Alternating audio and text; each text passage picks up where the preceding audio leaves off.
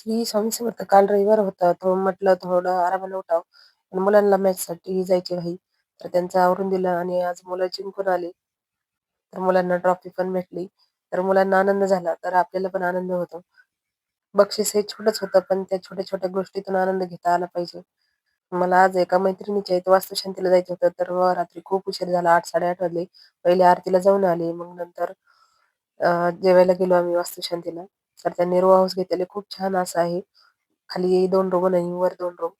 नंतर बघितलं आम्ही सर्व काही आणि मग जेवण केलं. हे खूप उशिरा येतात रात्री, तर ह्यांना मुलं दाखवत होते. त्यांना ट्रॉफी भेटलेली, प्रमाणपत्र भेटलेलं, मेडल भेटलेलं. थोडंसं आपण कौतुक केलं, की मुलांनाही आणखीन चांगलं वाटतं आणि प्रोत्साहन भेटतं. त्यासाठी आम्ही दोघांचं कौतुक केलं.